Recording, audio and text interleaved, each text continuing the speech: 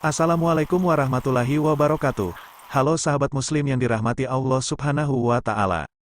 Telah diketahui, bahwa semua makhluk hidup akan binasa saat hari kiamat, saat waktunya tiba pula kita semua akan dibangkitkan.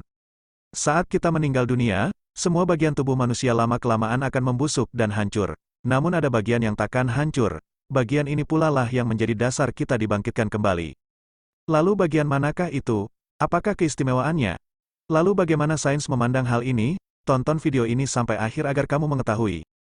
Bagian tubuh yang tidak akan hancur adalah tulang ekor atau yang disebut tulang sulbi. Dunia ini akan hancur begitu pula dengan isinya, namun tidak dengan tulang ekor pada manusia ini.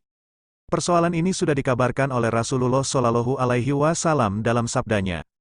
Tiada bagian dari tubuh manusia kecuali akan hancur, dimakan tanah, kecuali satu tulang yaitu tulang ekor, darinya manusia dirakit kembali pada hari kiamat, hadis riwayat Bukhari. Tulang ekor memiliki dua dimensi yaitu dimensi awal penciptaan dan dimensi awal dibangkitkan setelah mati. Tulang ini bersifat kekal dan takkan hancur dimakan tanah. Ini membuktikan bahwa tulang ini menjadi salah satu tulang yang sangat kokoh. Para ilmuwan pernah mencoba berbagai cara yaitu pembakaran, dididih hingga dipukul benda keras, semuanya tidak dapat membuat tulang ini hancur. Hans Spemann, ilmuwan yang berasal dari Jerman bersama asistennya melakukan percobaan pada tulang ekor menggunakan hewan amfibi. Ternyata, sel terus tumbuh sendiri di luar poros janin. Hal ini membuktikan bahwa tulang ekor itu tak terpengaruh oleh apapun. Percobaan kedua, tulang ekor kemudian direbus dan ditanam pada janin lain dan hasilnya tetap menumbuhkan sel-sel secara mandiri. Proses pendidihan sama sekali tidak berefek.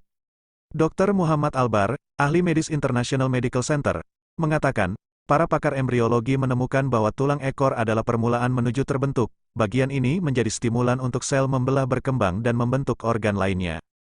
Jaringan saraf dasar manusia juga berasal dari tulang ini.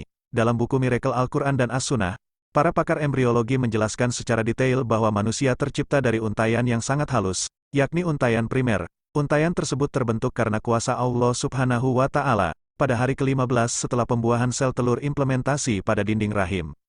Setelah itu, organ embrio terbentuk secara khusus saraf bagian awal tulang belakang. Kemudian semua organ tubuh untaian ini akan membagi dan memiliki ciri khusus tersendiri. Hal ini membantu membentuk sebuah jaringan dan organ secara khusus kemudian bekerja sama dan saling melengkapi dalam fungsi tubuh.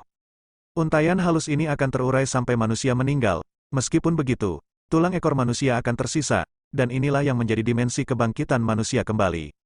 Penegasan bahwa manusia akan dibangkitkan kembali melalui tulang belulang telah dijelaskan dalam Al-Quran, dan dia membuat perumpamaan bagi kami. Dan dia lupa kejadiannya, ia berkata, siapakah yang dapat menghidupkan tulang belulang yang telah hancur luluh? Katakanlah, ia akan dihidupkan oleh Tuhan yang menciptakannya kali pertama, dan dia maha mengetahui segala makhluk. Quran Surah Yasin ayat 78-79.